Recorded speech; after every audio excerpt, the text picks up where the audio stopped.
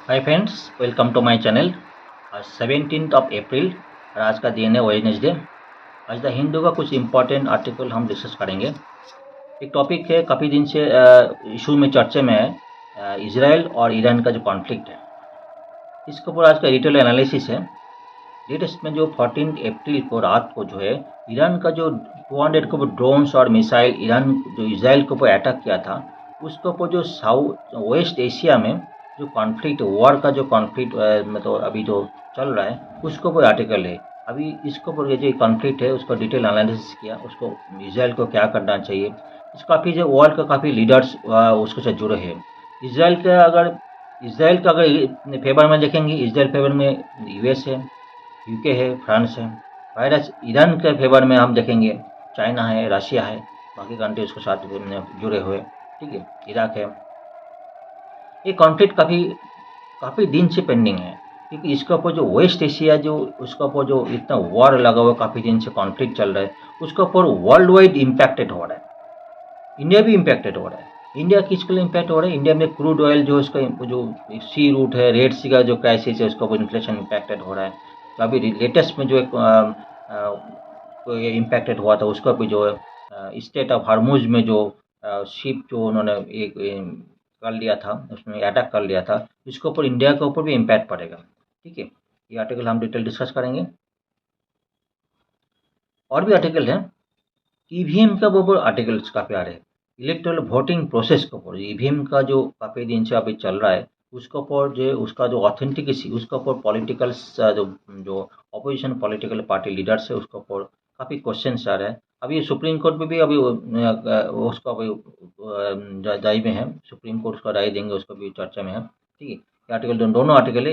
एक supreme court EVM के ऊपर चल रहा है और जो है एनालिसिस किया, reform need to voting process को नीड करना है। ठीक, अनदर टू आर्टिकल से navigating life as a consumer with disability, disabled people है, उसका कंज्यूमर राइट है, उसके ऊपर आर्टिकल है। ठीक है, अनदर जो आरबीआई सर्वे किया था, किस क्या सर्वे किया था, so that why livelihood issue are in focus 2024 polls का बहुत 2000 जो लाइवलीहुड वो तो एम्प्लॉयमेंट हो गया, इनका इनकम लेवल हो गया, प्राइस राइज, इन्फ्लेशन हो गया, ये कुछ इंपॉर्टेंट टॉपिक के ऊपर आरबीआई ने कुछ एनालिसिस किया था। ये टॉपिक भी हम डिटेल डिस्कस करेंगे। ठीक है, ईरान इसराइल जो है टेंशन है। फर्स्ट लाइन में, Israel should stand down to avoid regional war in West Asia. West Asia में जो कॉन्फ्लिक्ट चल रहा है, जो वॉर लाइक वातावरण है, उसमें इसराइल की तरह अब स्टैंड डाउन होना चाहिए। ठीक है, पॉइंट क्या है, क्या बोल रहा है, जिस ईरान जो 14 अप्रैल को जो इसराइल के ऊपर जो ईरान ने 200 के ऊपर जो है ड्रोन मिसाइल जो क्रूज अटैक किया था, ठीक है, उस टॉपिक के ऊपर जो उन्होंने क्या उसको ऊपर जो उन्होंने भी ईरान का भी का जो है काफ़ी दिन से उन्होंने इसराइल के साथ कॉन्फ्लिक्ट है, ठीक, इस टॉपिक के ऊपर आर्टिकल है। ठीक है,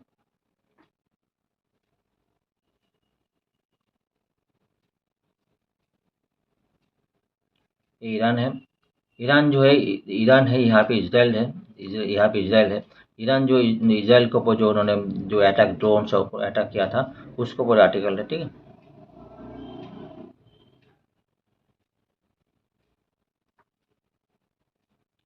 एक्चुअली क्या इसका जो प्रीवियस कहानी कहाँ था, कहानी ऐसा हुआ था, 1 अप्रैल को इसराइल ने जो दामास्क का जो है एक बॉम्बास्ट किया था, जो इसराइल वार पर बॉम्बास्ट किया था। ईरान से एम्बेसी इन दामास्क, ईरान जो एम्बेसी दामास्क से वहाँ पे उन्होंने स्ट्राइक की थी। स्ट्राइक में जो ईरान का जो है कुदस फोर्स है, उसका जो हेड है, सीनियर कमांडर है, उसका नाम है मोहम्मद रेजा जाहिदी। मोहम्मद रेजा जाहिदी, उनका मौत हो गया था। तो सीनियर कमांडर थी कुदस फोर्स का। कुदस फोर्स क्या करते हैं, ये कुदस फोर्स का काम एक क्या है, जो मोहम्मद जो जिहादी क्या है, रेजा जिहादी एक वर्क क्या था, not Quds directly responsible for managing Iran responsibility with Lebanese Hezbollah है, सीरियन गवर्नमेंट और जो है सीरिया जो है सीरिया मिलिटेंट्स और जो country and Hamas and Palestine इस्लामी जो भी मतलब जो मेनली जो हिजबुल्ला है, हमास है, होते ही इसका सब कम्युनिकेट करना, ये इसका काम मेन जो है कुदस फोर्स का काम था। ठीक है, इसराइल जो है इसका वो लोग इसराइल के अगेंस्ट में काम करता था, इसराइल के ऊपर जो अटैक करते थे। इसराइल जो है ये लोग उनका इसलिए इसराइल को उसका कॉन्फ्लिक्ट है, मेन तो ईरान के साथ कॉन्फ्लिक्ट है। इसलिए जो है लास्ट 1 अप्रैल को ईरान का दामास्क से उसके ऊपर जो एम्बेसी है, एम्बेसी को वार प्लेन ने अटैक किया था। किसने किया था? इसराइल किया था। उसमें किसका मौत हो गई थी? उसको सीनियर कमांडर, कुडुस पोस्ट का कमांडर था, मोहम्मद रजा जिहादी, उसका मौत हो गया था। इस टॉपिक के ऊपर कॉन्फ्लिक्ट ज़्यादा है। इसका पहले अगर और भी बैक जाएंगे तो आपको पता है जो 7 ऑफ अक्टूबर 2023 में क्या हुआ था, जो गाजा अटैक होता है। गाजा जो है हमास लोग जो है इजराइल को अटैक किया, उसको कॉन्फ्लिक्ट तो काफ़ी है ही है। उसका वो जो ईमेन जो है हुतीस, ईमेन रेबल्स जो ग्रुप्स है, हुती ग्रुप्स है, जो वो सपोर्ट कौन करते हैं? ईरान सपोर्ट करता है। ईरान ईमेन हुतीस ग्रुप से वो क्या करते हैं? रेड सी है, रेड सी में जो भी है इजराइल का जो भी है कंटेनर जाते थे, वो शुद्ध वो लोग अटैक करते थे। इसका कॉन्फ्लिक्ट तो काफ़ी दिन से है ही है, ठीक है। लेकिन जो 1 अप्रैल का जो मैटर है, खुद जो उसके ऊपर अटैक हुआ था, उसके ऊपर इसराइल का जो हेड का नाम है ईरान का जो सुप्रीम लीडर्स कौन है, उसमें जो वो है Ayatollah Ali Khamenei Ayatollah Ali Khamenei. उन्होंने क्या बोला था? We must be punish, Israel को मार भी पनिश भी होना चाहिए, पनिश करेंगे, ठीक है। उसको जो आयतुल्ला अमीन अली खामेनी बोला था। जो अटैक हुआ था 1 अप्रैल को, उन्होंने जो उसका अपोज में और इजराइल को उन्होंने इजराइल को पानिश पहनने उसको अटैक करेंगे। इस रिस्पॉन्स जो है इजराइल प्राइम मिनिस्टर जो है बेंजामिन नेतान्याहू क्या बोला था? हॉट ओवर वार्म हार्म, जो भी उनको हार्म करेंगे, हु ओवर हार्म मतलब हाथ बनता उसको जो भी हार्म करेंगे, दे विल हार्म दे, मतलब इजराइल उनको हार्म करेंगे। They are all ready to, मतलब security need, they are weapons और सेल्फ सिक्योरिटी सेल्फ सफिशिएंट। ये लोग है। कौन बोला था? इजराइल के प्राइम मिनिस्टर जो है बेंजामिन नेतान्याहू बताया था। Friday President John Biden warn Iran not to attack Israel. जो प्रेसिडेंट जो बिडेन है, उन्होंने ईरान को जो है इजराइल को अटैक करने मना किया था। लेकिन जो है 14 अप्रैल को उन्होंने ईरान जो 200 को ड्रोन्स और इजराइल में जो ड्रोन्स और मिसाइल और क्रूज लेके अटैक किया था। लेकिन अटैक में जो है उसमें काफ़ी जो है यूएस और जो यूके का जो आर्मी लोग हैं, उसको जो ड्रोन है, मिसाइल, उनको तो मार के गिरा दिया था। लेकिन 99% उसको मतलब सबको गिरा दिया था। उसमें 99 में सक्सेस हुई थी। एक कुछ मोटा मोटा पॉइंट है। इसके लिए इसके पहले जो 13 अप्रैल एक शिप जो है, एक इजराइल का एक शिप जा रहा था। शिप कहाँ पे जा रहा था? अब दुबई से लेके इंडिया मुंबई आ रहा था। दुबई से इंडिया मुंबई आ रहा था। ये शिप है। शिप किसका है? इजराइल का शिप है, ठीक है। ये शिप जो है स्टेट ऑफ हरमुज में, यहाँ पे ईरान है, ईरान का आर्मी जो लोग है स्टेट ऑफ हरमुज उसको कैप्चर कर ले। ये भी कॉन्फ्लिक्ट है, ठीक है। इसमें जो बताया जा रहा है 17 के ऊपर जो है इंक्लूडिंग जो है जो ईरान जो इंडियन जो 25 क्रू मेंबर्स है, ठीक है। इसमें Indian crew members 17 crew members है। इसके अलावा भी जो है फिलीपींस से, पाकिस्तानी है, रशियन है और जो है इस्टोनियन है और भी है। लेकिन 17 को इंडियन आर्मी। इसको कल एक आर्टिकल आया था ना, जो हमारा जो जयशंकर जी ने उसको ईरानियन गवर्नमेंट बताया उसको मिलने के देंगे, उनका जो ऑफिसर है इंडियन ऑफिसर को, ठीक है। अभी मैटर क्या है? In many ways West Asia remains the geopolitical modus today. West Asia अभी जो वार लाइक इवेंट जो वातावरण जो है वेस्ट एशिया में, एक तो आपको ईमेन है, हिते अटैक कर रहे ईमेन किसका, जो रेड सी में कॉन्फ्लिक्ट है। दूसरा जो है ईरान के साथ जो है ईरान इसराइल के साथ, लेबानन के साथ इसराइल के साथ ये जो कॉन्फ्लिक्ट है, इसमें क्या बोल रहे हैं? हमास लॉन्च जो है मर्डरस अटैक, जो 7 अक्टूबर हमास ने अटैक किया था, उसको मर्डर है, उसको वो तो आपको पता ही है। इसराइल उसके ऊपर काफ़ी अटैक किया था। एक तो देखो उसमें क्या होगा, इसके पहले इसराइल जो काफ़ी साल से 2007 के बाद काफ़ी साल से एक तरफ से जो है पैलेस्टाइन को जो एक तो घेराबंदी करके रखा था। लेकिन उसके कई वर्ल्ड का लीडर्स है, उसको जो है long long time regional global leaders उसको कुछ नहीं कर पाए। ये तो था उसको अंदर गुस्सा तो था ही है, हम मतलब हमास लोगों का ये भी अटैक है। दूसरा जो इसराइल को जो 7 अक्टूबर 2023 के बाद जो हमास लोग इसराइल को अटैक किया, उसको इसराइल ने काफ़ी अटैक किया, जो जेनोसाइड अटैक किया जो है उसको अभी तक जो 30,000 के ऊपर जो है आदमी लोग, जो मोस्टली वुमेन बच्चे लोग को मौत हो गया चाहे। ये भी बहुत बड़ा क्रुएल्टी है। यूएस का भी जो इसराइल अच्छे रिलेशन, यूएस भी जो यूएन जो नेशन है वो भी काफ़ी उन्होंने काफ़ी ये दिया था, राय दिए थे इसको, जो वार है उसको ये करने के लिए इसराइल को थोड़ा बैकफुट बनाने के लिए, फिर अभी तो उसका सॉल्यूशन अभी तक नहीं हुआ। इवन जो इसराइल का जो अभी हॉस्टेज है 130 हॉस्टेज, वो भी अभी तक इसराइल वापस ले नहीं पाया, मतलब अभी तक कुछ सक्सेस नहीं हो पाया इतने दिन के बाद भी। ये मतलब बता जो इसराइल के president he could not prevent the October 7 attack, जो उसको बताया, जो उसको जो जितना भी जो है अभी जो उसका हॉस्टेज है उसको अभी तो प्रिवेंट नहीं कर पाया, ये पॉइंट है। Mister Netanyahu should consider the remarkable performance of Israel defence system, Israel defence और विभाग को कंसीडर परफॉर्मेंस होना चाहिए as a victory and stand down to avoid regional war, मतलब उसका स्टैंड डाउन माना भी स्टैंड डाउन होना चाहिए, तो बैकफुट होना चाहिए। रीजनल वार जो है मतलब एक ग्लोबल बेसिस में सभी कंट्री लोग इन्वॉल्व है, यूक्रेन से राशि जुड़े हुए इन्वॉल्व है अभी इस वार के, इसलिए सारे वर्ल्ड वार जो है वेस्ट एशिया में एक वार लाइक वातावरण है, इसलिए जो इसराइल का जो प्रेसिडेंट है बेंजामिन नेतन्याहू उसके द्वारा बैकफुट माना चाहिए, ये इनका आर्टिकल का मेन पॉइंट है। ठीक, आर्टिकल सेम अगर सामने देखेंगे 7 अक्टूबर जो है 2023 को हमास ने इसराइल के ऊपर अटैक किया था। उसके बाद इसराइल ने हमास के ऊपर काफ़ी जेनोसाइड अटैक किया, काफ़ी अभी तक तो 30,000 के ऊपर आदमी मौत हो गया एक बार। उसके बाद भी जो अगर बात करेंगे यमेन होता ग्रुप जो है रेड सी एरिया में उनको कॉन्फ्लिक्ट किया, मतलब जो भी इसराइल जो है जो भी अटैक जो वहाँ पे जो शिप जाता है उसको उनको अटैक करते हैं, एक भी रेड सी कॉन्फ्लिक्ट है। उसके अलावा भी लेबानन का हिजबुल्ला अटैक, हिजबुल्ला गोष्ठी है वो भी इसराइल को अटैक करते हैं। हिजबुल्ला जो है मेनली जो है ईरान का बैक है, ठीक है, मैं समरी बोल रहा हूँ।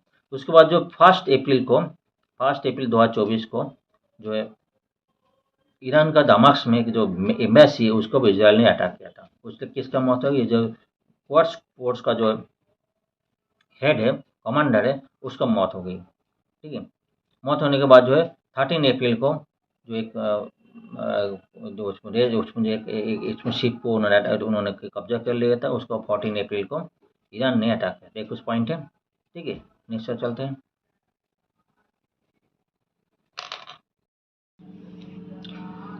नेक्स्ट टेक्स्ट एंड कॉन्टेक्स्ट का आर्टिकल है reform needed in the voting process.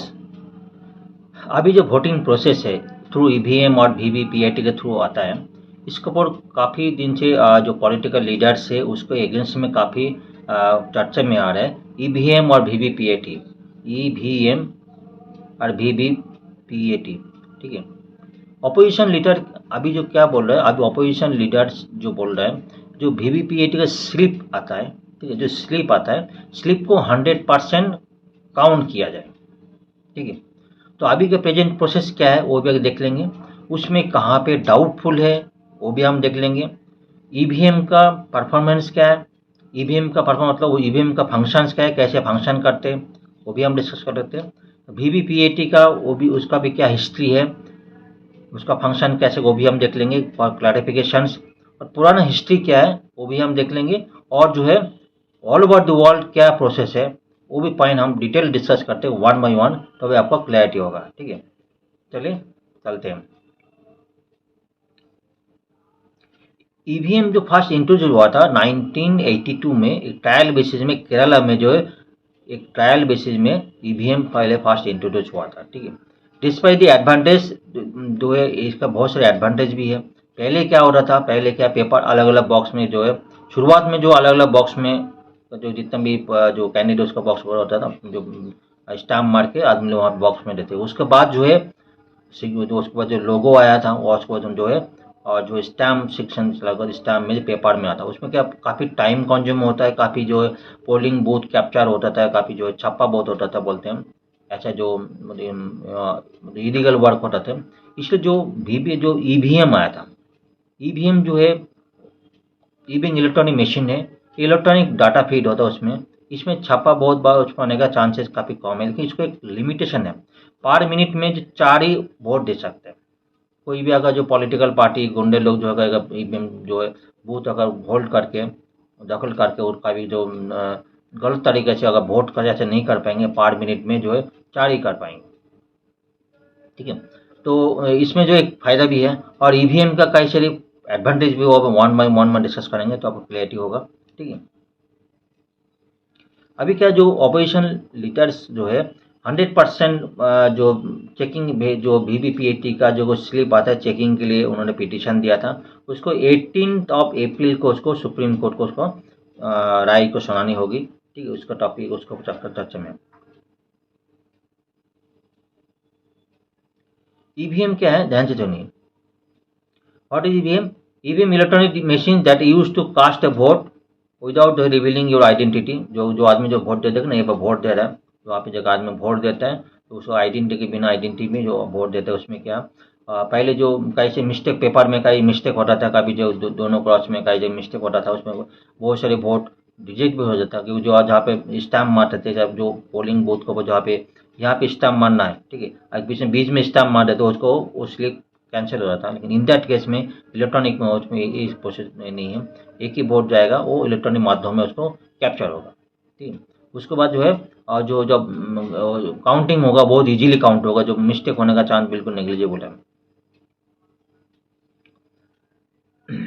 ECS का अनाउंस द ऑल डे, तो उसके बाद जो है इसके साथ जो है पहले तो ईवीएम था, उसके बाद जो है ईवीएम 2010 के बाद VVPAT स्लिप जो है, मतलब कोई कोई आदमी वोट तो दे तो रहा है, लेकिन वो काउंट कौन से नंबर में वोट देखने के लिए होना चाहिए, इसलिए जो है VVPAT वेरीफाइबल जो वोटर वेरीफाइबल मशीन है उसमें प्रिंट आउट आते हैं, 7 सेकंड के लिए क्लिक होते हैं, राउंड जो आपको दिखाते हैं, उसके बाद वो मशीन में ड्रॉप हो जाता है, वो भी हम देखेंगे आपको। ठीक है, एक बार ईवीएम का फंक्शन देखेंगे।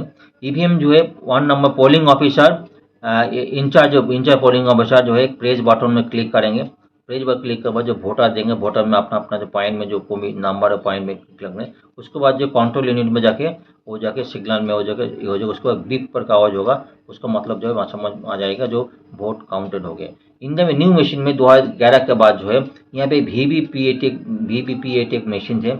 मशीन क्या करेगा, एक स्लिप निकालेंगे, अगर ये जो 6 नंबर में वोट दिया तो उन्हें 6 नंबर प्रिंट आउट आएगा, उस 7 सेकंड के लिए लाइट ब्लिंक होगा, देख लेंगे, उसके बाद नीचे ड्रॉप हो जाएगा। ये प्रोसेस है। ठीक है, ईवीएस फंक्शन दिखा 6 वोल्ट का एल्कलाइन बैटरी है, ईवीएम का 6 वोल्ट एल्कलाइन बैटरी है उसमें। ठीक है, और जहाँ पे पोलिंग पे जहाँ बूथ में अगर ये भी नहीं होगा, अगर कोई इलेक्ट्रिकल से नहीं होगा तो भी वो आ जगह वोट कर सकते हैं। जो VVPAT का बात करते थे, VVPAT एक जो 6 सेकंड के जो देख रहे हैं, 6 सेकंड के लिए 7 सेकंड के लिए जो 6 नंबर इन्होंने किया, 6 नंबर में डायल किया, उसमें 7 सेकंड के लिए ब्लिंक रहेगा, जो आदमी वोट दे रहा है वो देख लेंगे, 6 नंबर उन्होंने क्लिक किया, 6 ही हुआ था, उसके बाद नीचे जो है बॉक्स में देखा जाए, बॉक्स में वो ड्रॉप हो जाएगी। अगर वर्ल्ड वाइड ईवीएम, हमारा ईवीएम और वर्ल्ड वाइड का बाकी के ईवीएम में कुछ फर्क है। स्टैंडर्ड जो है स्टैंडर्ड एलोन बोलता है, हमारा जो ईवीएम है कुछ इंटरनेट कनेक्टिविटी नहीं है, तो हमारा जो ईवीएम है ना उस स्टैंड अलोन मशीन है, उसकी इंटरनेट कनेक्टिविटी नहीं है। वायरस कोई बाहर का कोई कंट्री जो ईवीएम है तो उसको इंटरनेट कनेक्टिविटी है, उसमें साइबर अटैक हो सकता है, लेकिन हमारे ईवीएम में इंटरनेट कनेक्टिविटी नहीं है, वो सोल एलोन है, उसको कुछ मतलब है साइबर अटैक नहीं हो सकता। सिक्योरिटी डाटा उसमें क्या होता है, The commission is develop full end-to-end जो security protocol administer safeguard of the use storage transmission to tracking, इसमें कोई सिक्योरिटी डाटा होता है, लेकिन जो है जो हमारा जो end to end process safeguard process, और जो है बाकी कंट्री में प्राइवेट डाच कंपनी मशीन है जो यूज, प्राइवेट डाच कंपनी बाकी मशीन यूज होते हैं, हमारे मशीन है एंड टू एंड मशीन जो है ECI EVM election commission officer जो वो उसे ऑपरेट करता है। मैन्युफैक्चर जो हमारा पब्लिक सेक्टर PSU अंडरटेकिंग जो है ECIL और भेल उन्होंने मैन्युफैक्चर किया, ध्यान में क्वेश्चन आ सकता है। उसके बाद बाकी कंट्री में जो है प्राइवेट कंपनी किया, तो प्राइवेट कंपनी उसको इम्पोर्टेड किया।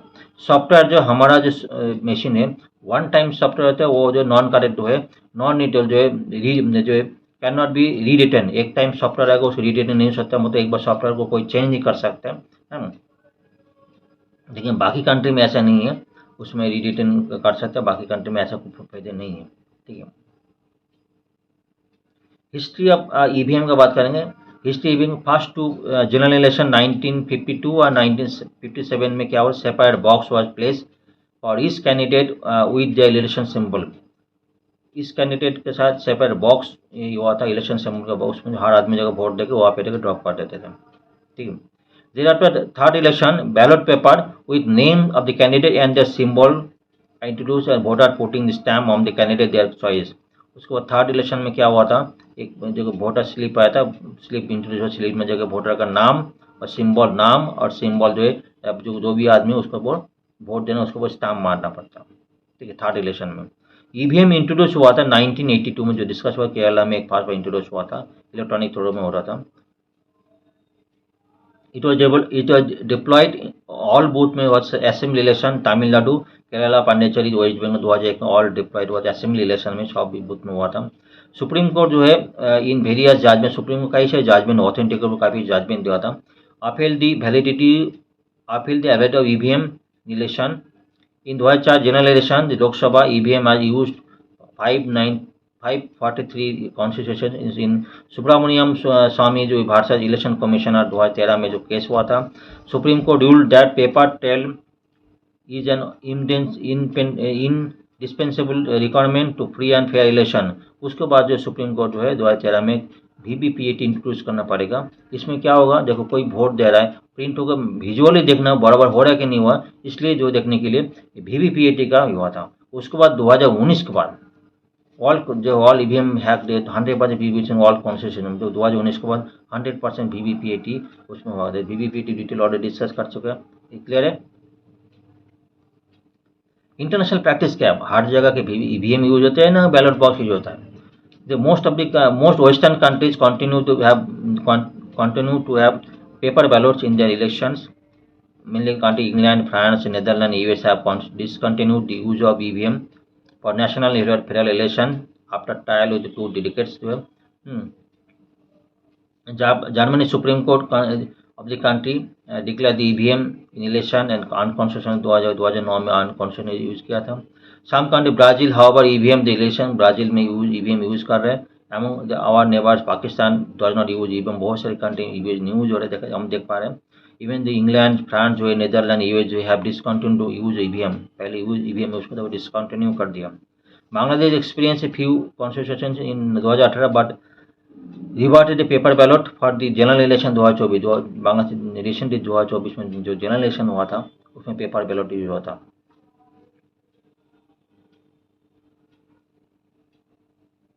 फीचर्स जो है, जो अभी हम बहुत सारी कंट्री में देख रहे हैं, पहले बहुत सारी ईवीएम में उसका था वो पेपर बैलेट में आ गया, उस बहुत सारी ड्रॉबैक्स उनको मिले थे, उनका एज पर दियर एक्सपीरियंस। लेकिन जो है बहुत सारी कंट्री में यूज है। लेकिन अब इसके लिए हमारा काफ़ी सारी ऑर्गेनाइजेशन है, एडीआर बोल के ऑर्गेनाइजेशन, आप नेक्स्ट आर्टिकल देखेंगे, उन्होंने सुप्रीम कोर्ट को उन्होंने किया था, उन्होंने पिटिशन दिया था। हमारा जो पहले जो हम ईवीएम को ऊपर देखा तो उन्होंने क्या बहुत सही उन्होंने केस भी किया था। अभी तो 18 अप्रैल को उन्होंने 100% जब वीवीपीएटी का स्लिप को चेकिंग के लिए बात हो, उसका राय होगा, ठीक है, आज 17 काल होगा। अब ईवीएम का फायदा क्या है, फॉल्स वोट तो स्टॉपिंग, जो फॉल्स वोट होता था पहले, फॉल्स वोट होने का चांस है बहुत ही जीरो हो गया, ठीक है, बहुत सारे वोट कैंसिल हो रहा था, फॉल्स वोट का भी जीरो हो गया। बैन ऑफ पेपर बैलेट जो है, बैन ऑफ पेपर बैलेट जो वो भी रिड्यूस हो गया। उसमें क्या होता है, बहुत सारे जो काउंटिंग प्रोसेस भी काफ़ी जो है टाइमिंग भी कहीं हो गया, ठीक है। पहले क्या हो रहा था जो पहले जो लिमिट 4 मिनट में जो है ईवीएम में जो वोट कराता है 1 मिनट में 4 वोट हो जाएगा, उसमें क्या छापा वोट जो है काफ़ी जो पोलिंग बूथ जो कैप्चर रखे, जो विरोधी दल है या कोई दल है उसमें क्या करते हैं वो लोग छापा वोट देते, वो भी रिड्यूस हो गया। रिड्यूस है consumption of paper, consumption paper बहुत रिड्यूस हो गया थी, इकोनॉमिक जो कंजप्शन ऑफ पेपर ये हो गया, तो उससे फास्टर ईरोड फिर प्रोसेस हो गया, मतलब जो काउंटिंग में बहुत फास्टर हो गया। ये बहुत सारे फायदे तो है ही है। There are mechanism of the integrity EVM VVPAT, कई सारी प्रोसेस भी है।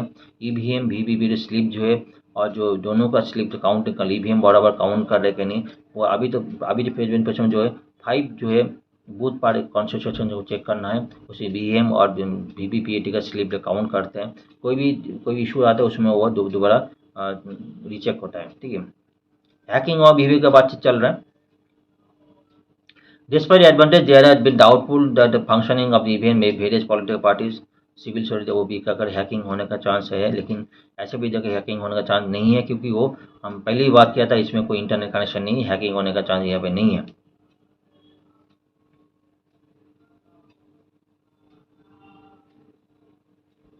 वीवीपीटी तो हम देख रहा था 7 सेकंड के लिए जो ए मशीन है, ईवीएम मशीन है, ये वीवीपीटी यहाँ पे स्लिप देख रहा, स्लिप है, वहाँ पे स्लिप जो कोई भी आदमी वोट देता है वो स्लिप में काउंट हो जाता है। स्लिप में 6 दिखाई दे रहा है, तो 6 में जो है वोट में वोट देता है 7 सेकंड के लिए, और 7 सेकंड के लिए वो जो है ब्लिंक करते हैं जो आदमी वोट देते हैं। वोट के बाद उसमें समझ में आ जाएगा टाइम में वोट दे, बराबर टाइम में कन्फर्म हो जाता है, उसके बाद जो स्लिप जो नीचे गिर जाता है। वीवीपीटी की हिस्ट्री जो है 2010 में क्या हुआ था, the idea VVPT machine first emerge in 2010 में हुआ था। ये जो इलेक्शन कमीशन हेल्ड मीटिंग हुई पॉलिटिकल पार्टी, जिसमें ईवीएम जो है उसका पॉलिटिकल जो है वही वीवीपीटी इंट्रोड्यूस करने के लिए बात किया पॉलिटिकल पार्टीज को। उसके बाद जो है राय लेने के बाद टेक्निकल एक्सपर्ट्स को उन्होंने डिस्कस करने के लिए बात की थी। A prototype was prepare by पब्लिशन अंडर जो है भेल भारत इलेक्ट्रॉनिक्स मशीन, और जो इलेक्ट्रॉनिक जो है ई जो है electronics corporation of India ECIL जो हुआ था, ठीक है, उन्होंने जो किया इंट्रोड्यूस किया था वो डिस्कशन हुई थी। फाइनली फाइन ट्यूनिंग के बाद जो है जब 2013 में जो है वीवीपीटी को पॉलिटिकल सिस्टम में इंट्रोड्यूस करने की बात हुई थी।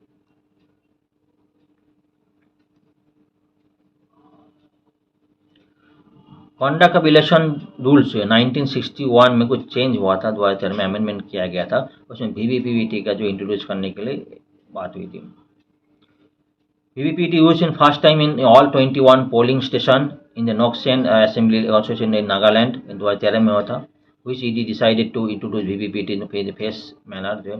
उसके बाद 2017 में 100% VVPT began इंट्रोड्यूस हो गया था, 2019 में 100% जनरल इलेक्शन इंट्रोड्यूस हुआ था।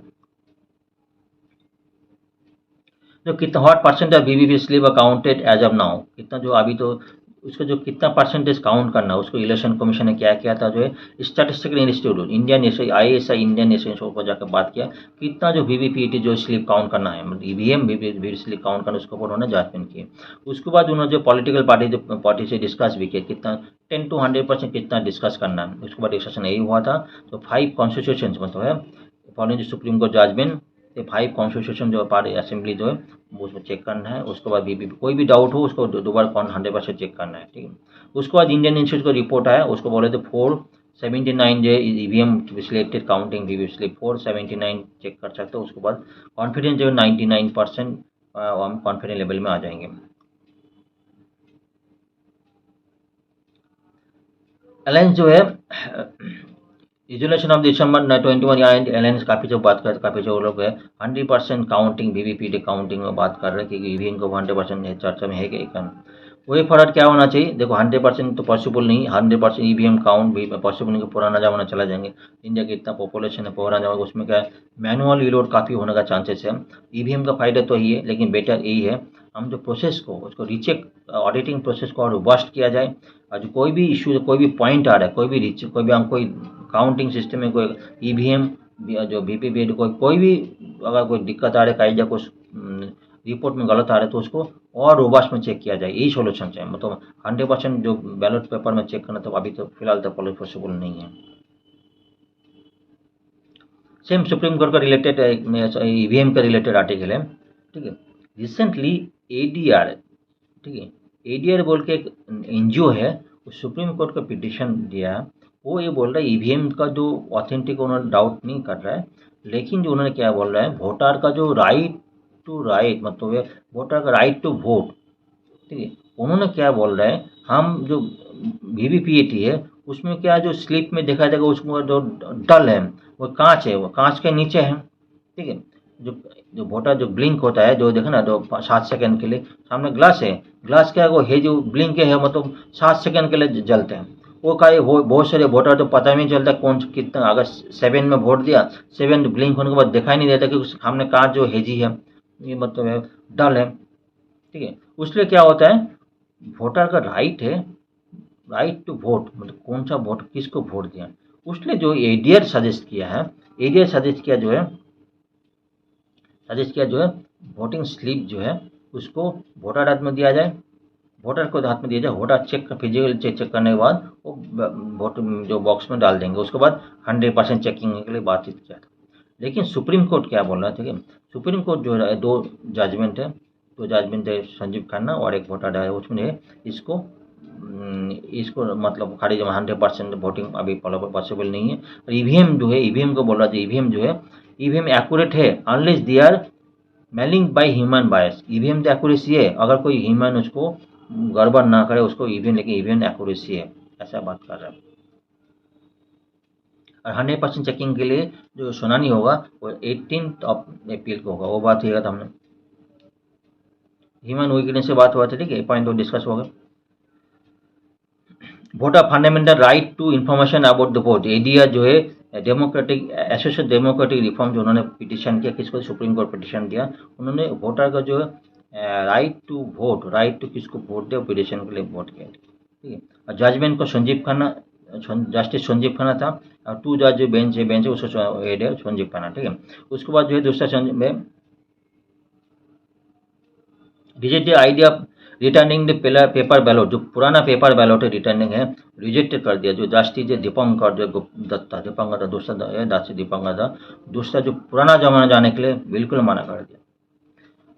संजीव खन्ना बोले वी आर इन 60, जो अब 60 के दशक में वो जो उन्होंने बताया, जो 60 पुराना दशक में जो क्या हुआ 60 दशक में 1960 के दशक में, उसमें जो पेपर बैलेट में क्या क्या दिक्कत है उनको पता है, उसमें कितने मैनुअल एरर होने का चांसेस है। उन्होंने यही बोला अभी तो मैनुअल ईवीएम बेटा इलेक्ट्रॉनिक उसमें ईवीएम जो 100% करेक्ट है, अगर कोई मैनुअल को इसको गड़बड़ ना कर, जो उसमें कोई इशू नहीं है। तो पुराना जमाने का जो इशू है उसमें जाना ठीक नहीं है, ठीक है, वो बात डिस्कस हुआ है।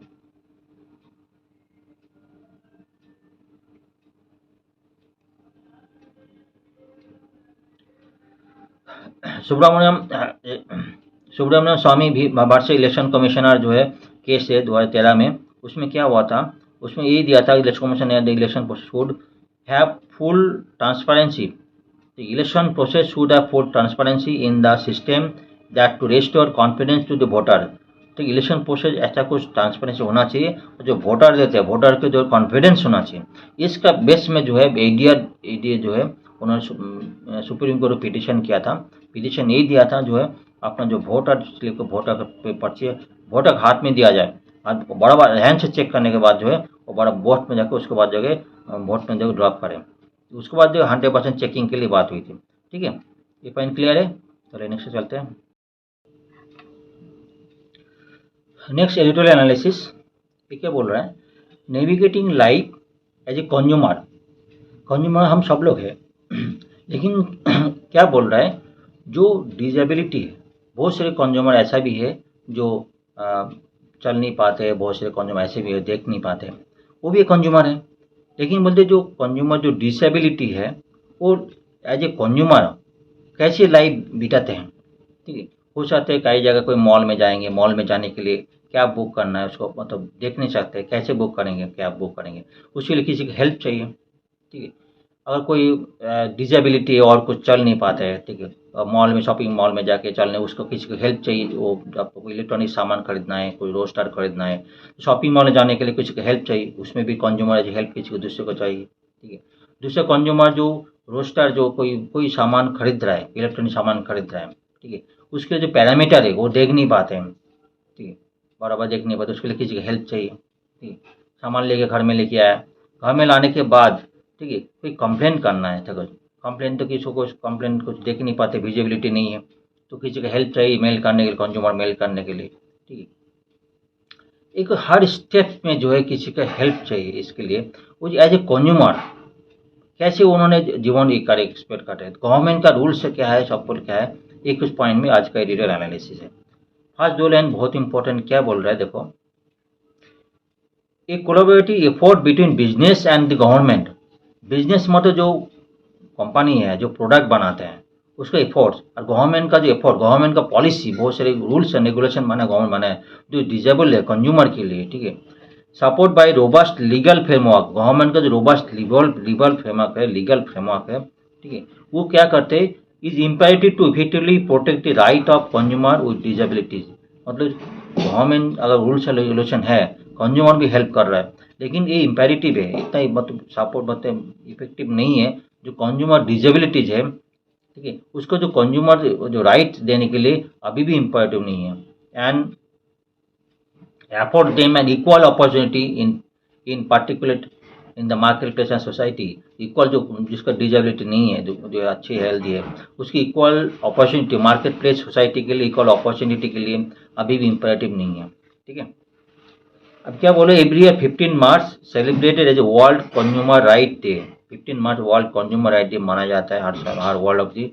लेकिन कुछ पार्ट जो है, जो डिजेबल पर्सन है, डिजेबिलिटी है, वो इस सेलिब्रेशन में वो योगदान नहीं कर पाएंगे, ऐसा बोला जा रहा है।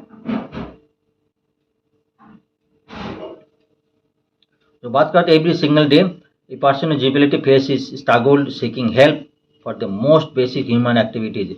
जो बहुत सी एक्टिविटी, किसी को जाना है शॉपिंग कॉम्प्लेक्स में जाना है, किसी को कोई भी काम करना, हर स्टेज में दूसरे कंज्यूमर की हेल्प चाहिए होता है।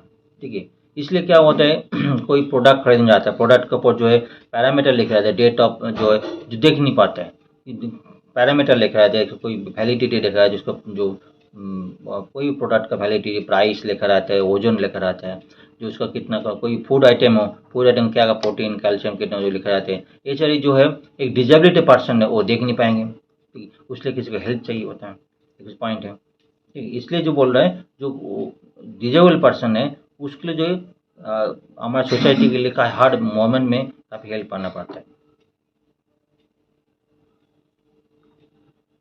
अभी के business generally don't perceive person with disability at the target consumer.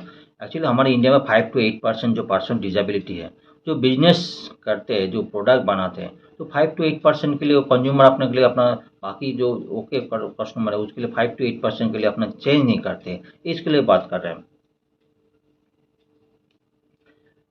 Another entity capable of making difference in the government का कुछ का खासा जो 2023 में, 2023 में अक्टूबर 2023 में पास है, जो फूड सेफ्टी और रूल्स रेगुलेशन है, उन्होंने क्या बोले, प्रोडक्ट के ऊपर QR कोड जनरेट करना पड़ेगा।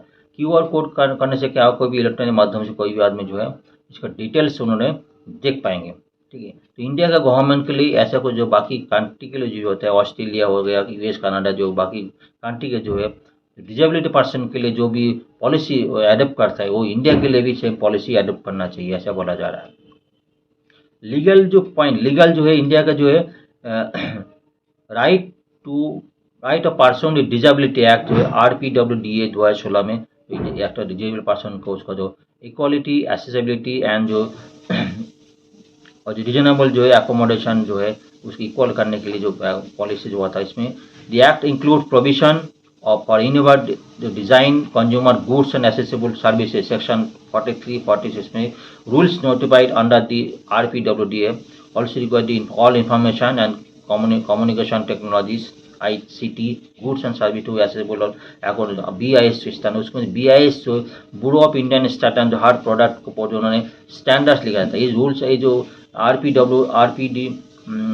RPWDA क्या बोल रहा है, इस रेगुलेशन में BIS का जो स्टैंडर्ड्स है हर प्रोडक्ट को करना पड़ेगा, जो एज पर रूल्स रेगुलेशन में इन्वॉल्व करना पड़ेगा, इसमें एंट्री करना पड़ेगा।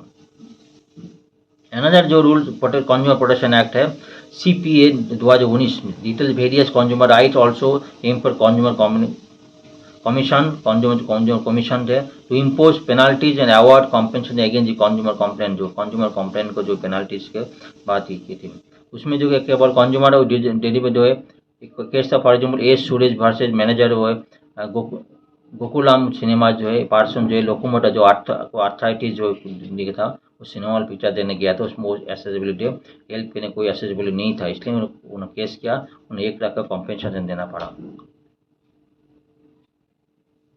ठीक है, ये आर्टिकल था। रिसेंटली रिजर्व बैंक में काफ़ी स्टेट्स में जाके 19 स्टेट में उन्होंने एनालिसिस किया, जो पहले जो उसका पहले हुआ था, इसका नाम था CHDS लोकनीति जो है पीपल सर्विस का पहले CHDS लोकनीति पीपल सर्विस हुआ था। एक काफ़ी पॉइंट को उन्होंने स्टडी किया था, एक तो हो गया एम्प्लॉयमेंट, दूसरा हो गया इनकम, दूसरा प्राइस लेवल इन्फ्लेशन, इसके ऊपर स्टडी किया। सेम स्टडी रिजर्व बैंक ने किया। रिजर्व बैंक का क्या स्टडीज है जो पोल के पहले क्या था, जो NDA के टाइम में NDA जो अपोजिशन में था उसमें जो लोकनीति जो है स्टडी CHDS लोकनीति स्टडी की, इसमें क्या था, उसका जो है 32% respond increasing unemployment as a reason for not electing जो है इनकम्बेंट जो है गवर्नमेंट जो नॉट इम्पायरिंग गवर्नमेंट नॉट 32% जो है इन्होंने ये बताया जो है इंक्रीजिंग जो है एम्प्लॉयमेंट जो अनएम्प्लॉयमेंट जनरेशन हुआ था।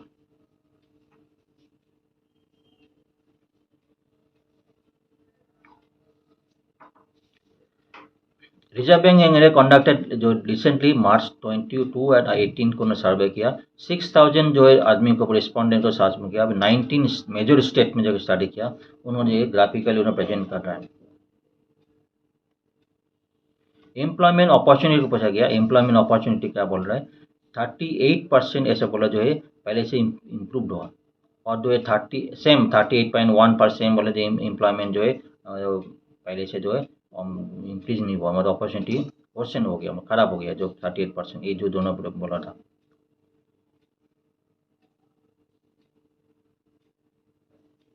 अगर हम देखेंगे 2000 सितंबर 2012 के इसमें दोनों का जो रेशियो ऑलमोस्ट सेम है। अगर ये ग्राफ जो है कम से देखेंगे, ग्राफ ये 40 के बिलो है, अभी जो सेम 40 के आसपास है, पहले सेम पोजीशन में था, सेम जो वर्सन और ये का कंडीशन देखेंगे।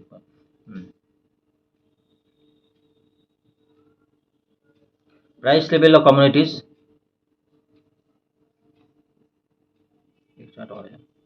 इनकम लेवल का बात कर रहे हैं।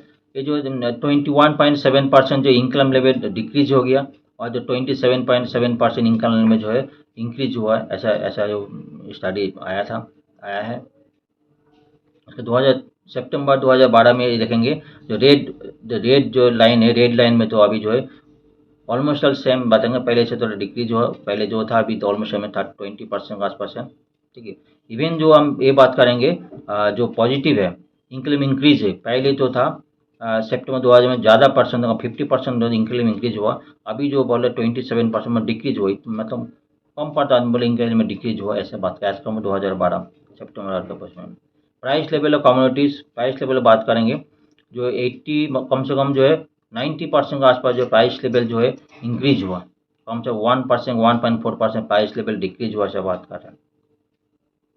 इकोनॉमिक सिचुएशन जो है, इकोनॉमिक सिचुएशन इंक्रीज हुआ डिक्रीज हुआ पूछा गया था, इसमें 35.8% लोगों ने ये बता रहे इनका इकोनॉमिक सिचुएशन इंक्रीज हुआ, और 41.4% जो बात है इकोनॉमिक लेवल जो है वर्सन हुआ, खराब हुआ। लेकिन आप बात करेंगे 2000 सितंबर 2012 की बात करें, दोनों का रेशियो ऑलमोस्ट सेम कंडीशन में, दोनों का है कंडीशन में। एक कुछ रिजर्व बैंक का स्टडी था, जिसको हम इन्होंने कुछ सर्वे किया था, पोल का पहले 2024 का जो जनरल है उसका पहले उन्होंने सर्वे किया था, इसके ऊपर कई लोगों का स्टडी आया था। इकोनॉमी जो मेन जो क्रूशियल पॉइंट, ये तो अनएम्प्लॉयमेंट, दूसरा इन्फ्लेशन, दूसरा प्राइस लेवल इंक्रीज हुआ, इनकम लेवल इंक्रीज हुआ, दूसरा जो इकोनॉमिक कंडीशन जो है, इसको 4 पॉइंट को उन्होंने स्टडी किया। कई लोगों ने अलग अलग मत दी थी, कुछ लोगों ने सेम बताया था, वो उन्होंने स्टडी नोट नहीं किया, जो पॉइंट दिया उन्होंने स्टडी किया। तो फ्रेंड्स, आज का लेक्चर में यह पेश करता हूँ, आशा करता हूँ आपको लोग बहुत क्लैरिटी आया था। अगर मैं आपको लोग चैनल मेरा सही लगा, मेरा लेक्चर सही लगा, तो लाइक शेयर कमेंट जरूर होना चाहिए। थैंक यू वेरी मच, फिर कल मिलेंगे।